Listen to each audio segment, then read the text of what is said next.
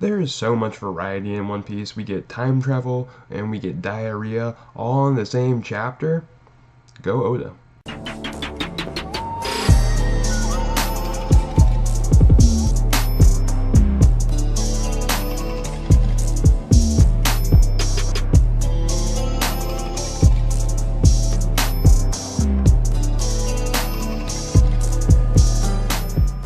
Hey guys, ForTheAfro Reviews here, and today I'll be reviewing chapter 919 of One Piece. So in this chapter we got a bunch of crazy shit, and I'm gonna jump right to the time travel because that's what we're all really here for. So it's confirmed that both Kinemon Momonosuke, as well as Kiku, Raizo, and Kanjuro all time traveled from 20 years ago to now. Or they jumped forward 20 years. I think that it's also possible maybe they were like, frozen for that time. I don't know.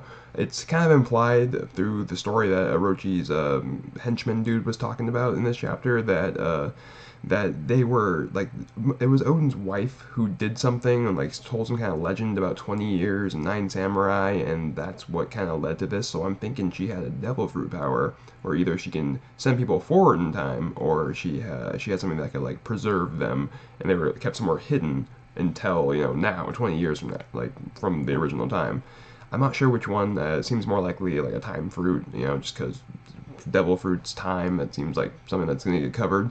But I think it's very important that Oda doesn't fuck with going back in time, only forward, because that's the big distinction with time travel, and I don't want to see this go down a dark path and fuck up a good arc in One Piece, because yeah, going forward in time, that's totally fine. That just adds interesting elements to the story, if you ask me. But going back invites like plot holes and things that just don't make sense, and changing the future and all kinds of crap that like we just don't touch. Especially with Oda's creativity, if his editors let him go and change it back in time.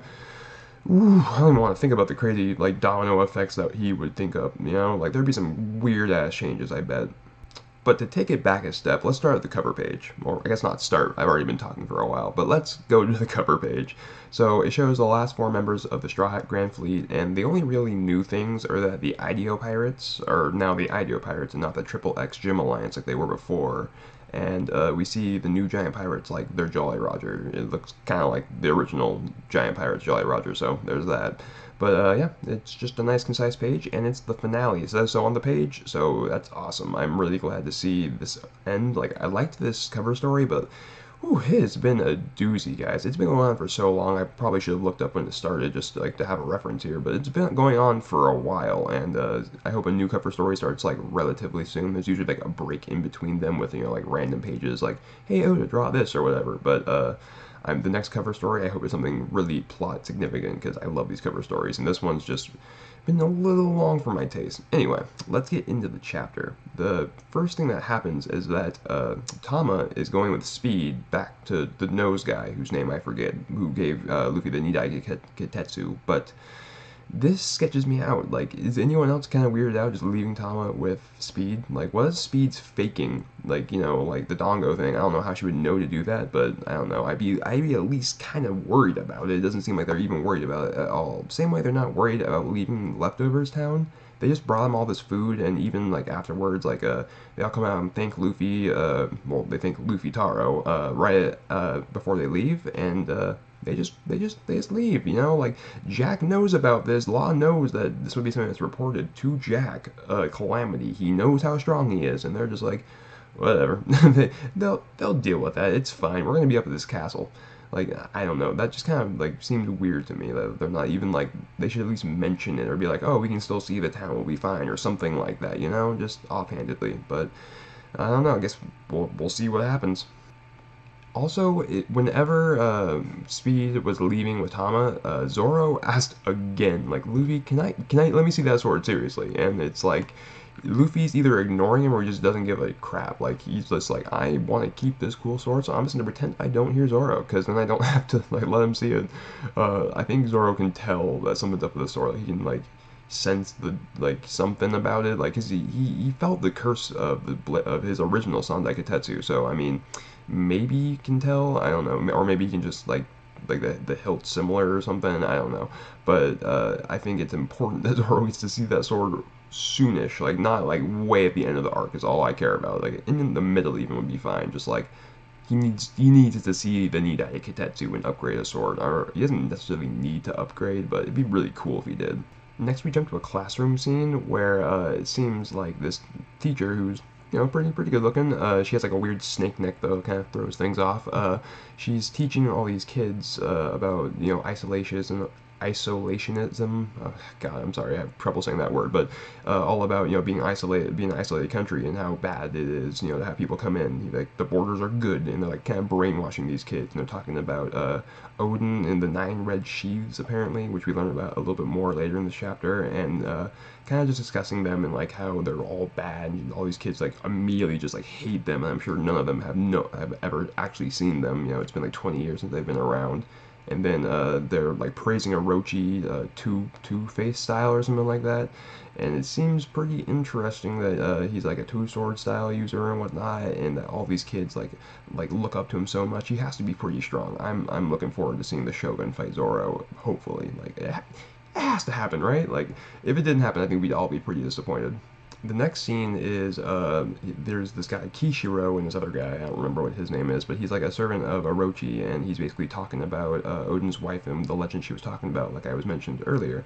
And it seems that she's talking about 20 years or so of time that passed, which is why I believe it jumped right 20 years in the future. And then she said something about the dawn coming, and that's like what Pedro was saying. That's what all the other minks were saying, and like what I think Kinemon's even mentioned the dawn before. So like it's a pretty big, heavily alluded thing in the story, and we're finally getting some more information on it. Another important detail I almost just completely looked over before I looked at the page one more time before I went to the next one. Robin is actually one of the geishas there, taking in all the information. I thought would have felt pretty dumb if I missed that, but yeah, Robin is there, so she has this information as well, although I guess Kinemon probably also has it, so I don't know. It's good that she has it though, because she's not with Kinemon or anything, so that's good. The following page has us see a giant shot of the burned castle. Luffy's disappointed, but I mean, Law's like, what did you expect? I said it was a ruined castle, like, what's up, man?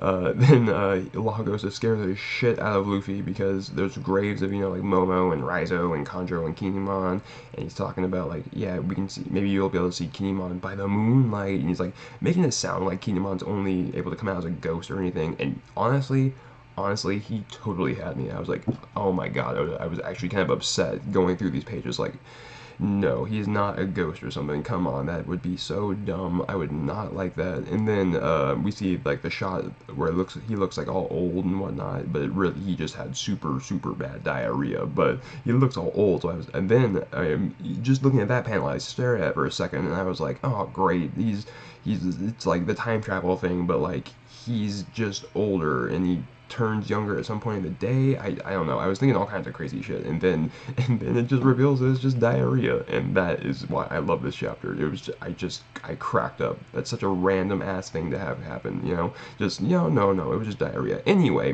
we time traveled, just throw it on afterwards.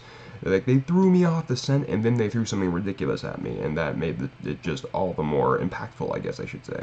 I should also mention that when Kiku saw Kinemon, she just tackled him and hugged him really hard. It seems like she knows him from somewhere. It's like little hearts in her speech bubble, so I assume like maybe something romantic. Maybe she's just super happy to see him. I don't know. But and also very important is the entire Whole Cake crew is here at the same spot as Kinemon and Law and all of them. So they're all back and accounted for, which is awesome because I love all of them, and I want to see Sanji kick someone. I want to see Sanji kick someone super bad. Oh, and Zoro got lost on the way here while he was just sitting on the dog. He got lost because that's what Zoro does. So no Zoro Sanji reunion yet, although I am super excited to see that. I am super excited, especially because I want Sanji to be like, my bounty's higher than yours. Chapter ends with the reveal of they came from 20 years in the past, and that's where that happens, and everyone's jaw drops.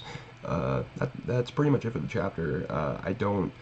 I don't know what to expect anymore. Like I said, I think it's some kind of like time fruit or like cryonesis kind of fruit that like let them be preserved for that long or something. Obviously they came from in the past. I do not want them to fuck with going back though. No, none of that. I want Kinemon, Momo, Kiku, Kanjuro, Raizo. I want them all to just stay in the present. There's no way to go back. Hopefully. I read a really interesting theory on Reddit where they think the Noro awakened from Odin's wife. Like she had the fruit and it awakened, and then she used it to slow down time so much that nothing happened to them for 20 years. And I think that is the most interesting idea ever. I don't think it's gonna happen, but yeah, that's why I throw it out there. Anyway, if you enjoyed this video, please like, comment, subscribe. I do these reviews weekly, usually late, but you know, I get them out there. And yeah, and until next time, guys, see ya.